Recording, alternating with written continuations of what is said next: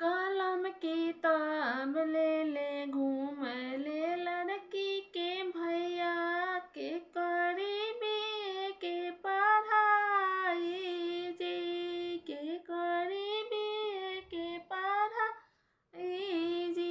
अपना महलिया से निकला ले लड़का के दीदी हम करबो